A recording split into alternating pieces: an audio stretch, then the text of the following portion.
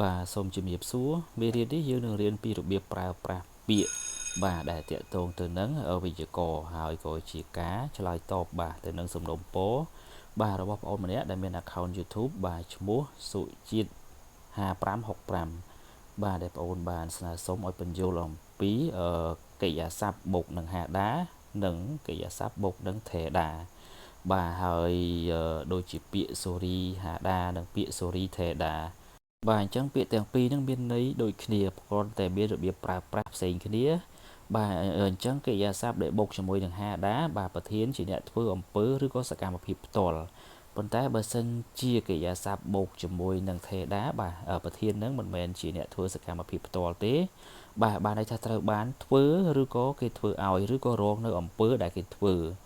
បាទហើយដូចជាពាក្យសូរីហាដានិងសូរីថេដានេះបាទគឺយើងមានន័យប្រើនៅក្នុងកលៈទេសៈផ្សេងគ្នាបាទអញ្ចឹងយើងអាចប្រើដូចជាពេលដែលយើងទៅជួសជុលអ្វីមួយបាទរបស់ហ្នឹងជួសជុលអត់កើតទេបាទន័យថាវាខូចជួសជុលលែងកើតបាទយើងប្រើពាក្យផ្សេងពីរដាច់ពីគ្នាបាទអញ្ចឹងយើងទៅមើលឧទាហរណ៍ពីរបៀបប្រើប្រាស់របស់ពាក្យទាំងពីរបាទឧទាហរណ៍ដូចជាខូចាំងណាន់ខុំព្យូទ័រឬសូរីហេសយោបាទគេសួរថាតើកុំព្យូទ័រដែលខូចហ្នឹងជួសជុលហើយឬនៅ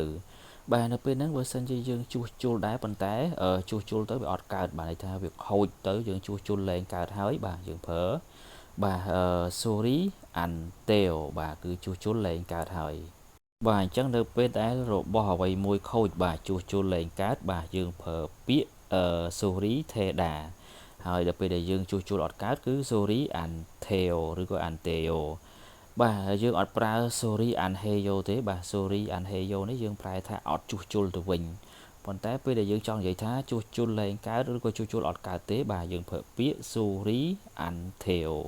បាទឬក៏ឧទាហរណ៍មួយទៀតបាទដូចជាសួរយើងដដែលហ្នឹងតើកុំព្យូទ័រដែលខូចហ្នឹងជួសជុលហើយឬនៅពេលហ្នឹងយើងមិនមែនជាអ្នកជួសជុលទេបាទយើងផ្ញើនៅហាងឲ្យគេជួសជុលឲ្យបាទឧទាហរណ៍ដូចជាណែអាកាសូរីទេតាកូយោឡាក់វ៉ាសយោបាទអញ្ចឹងប្រែថាបាទមិញគាត់បានតាក់ទងមកថាជួសជុលរួចហើយបាទហើយបើសិនជាក្នុងករណីដែលជួសជុលអត់កើតទេបាទយើងអាចប្រើ clear នឹងដដែលគ្រាន់តែថែមពាក្យ an បាទឧទាហរណ៍ដូចជាអានេះអាកាសូរីអានតេនតាគូយោឡាក់វ៉ាសយោបាទអញ្ចឹងយើងប្រែថាអត់ទេមុនហ្នឹងឬក៏មិញគាត់បានតាក់ទងមកថាជួសជុលអត់កើតទេបាទឬក៏យើងអាចនិយាយថាខីសាកាសូរីអានតេនតេអូបាទជាងគាត់និយាយថាជួសជុលអត់កើតទេបាទឧទាហរណ៍បន្តទៀតបាទឧទាហរណ៍ដូចជាទូរស័ព្ទដៃរបស់យើងបែកអេក្រង់បាទអញ្ចឹងយើងអាចសួរជាងថាតើជួសជុលកើតឬអត់បាទអញ្ចឹងយើងអាចសួរបាទឧទាហរណ៍ដូចជា che hentuponi អេចងីគេឆុសយោ sorry tail បាទយើងប្រែថាទូរស័ព្ទដៃរបស់ខ្ញុំនឹងបានបែកអេក្រង់ហើយតើជួសជុលកើតដែរឬក៏អត់បាទអញ្ចឹងយើងប្រើពាក្យ sorry theda យើងអត់ប្រើពាក្យ sorry hada ទេបាទអញ្ចឹងយើងមើលឧទាហរណ៍ចុងក្រោយមួយទៀតបាទជាមួយនឹងពាក្យ ស៊ីចាក់ខាដានិងពាក្យ ស៊ីចាក់ថេដាពីរបៀបប្រើប្រាស់របស់ពាក្យទាំងពីរបាទអញ្ចឹងដូចបានបញ្យល់មុនហ្នឹងស៊ីចាក់ហាដានេះបានន័យថាយើងប្រើនៅពេលប្រធានធ្វើសកម្មភាពដោយខ្លួនឯងផ្ទាល់អញ្ចឹងយើងមើលឧទាហរណ៍បាទឧទាហរណ៍ដូចជាសុនសេងនីមីស៊ូអូប៊ឺលស៊ីចាក់ខេសយោបាទលោកគ្រូបានចាប់ផ្ដើមបង្រៀនហើយបាទហើយបើសិនជាយើងប្រើជាមួយនឹងស៊ីចាក់ថេដាបាទយើងប្រើឧទាហរណ៍ដូចជាជីគឹម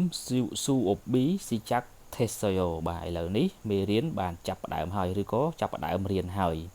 បាទអញ្ចឹងខុសគ្នាបាទដោយសារតែស៊ីចាក់ខាដានេះលោកគ្រូគាត់ជាអ្នកធ្វើសកម្មភាពដោយខ្លួនឯងប៉ុន្តែកន្លែងស៊ូអូប៊ីស៊ីចាក់ថេដានេះយើងអត់បានបញ្ជាក់ថាអ្នកណាម្នាក់ជាអ្នកធ្វើសកម្មភាពទេបាទអញ្ចឹងការបង្រៀនហ្នឹងត្រូវបានចាប់ផ្ដើមហើយបាទយើងអាចប្រែថាការបង្រៀនត្រូវបានចាប់ផ្ដើមហើយបាទឧទាហរណ៍ខាងលើគឺលោកគ្រូបង្រៀនបានចាប់ផ្ដើមបង្រៀនហើយបាទយើងខុសគ្នាពេលដែលយើងមានប្រធានហើយយើងប្រើជាមួយនឹងស៊ីចាក់ខាដាយើងប្រើអ៊ឹលឬក៏រីអ៊ឹលប៉ុន្តែបើសិនជាយើងអត់មានប្រធានទេបាទអ្វីមួយនឹងត្រូវបានចាប់ផ្ដើមបាទយើងប្រើអ៊ីឬក៏កាបាទឧទាហរណ៍ដូចជាស៊ូអុបបាទស៊ូអុបនេះមានជើងយើងបូកជាមួយនឹងអ៊ីបាទគឺស៊ូអុបប៊ីស៊ីចាក់តេសូយ៉ូបាទការបង្រៀនត្រូវបានចាប់ផ្ដើមហើយបាទអញ្ចឹងយើងបញ្ចប់មេរៀនយើងត្រឹមហ្នឹងអរគុណចំពោះការទស្សនា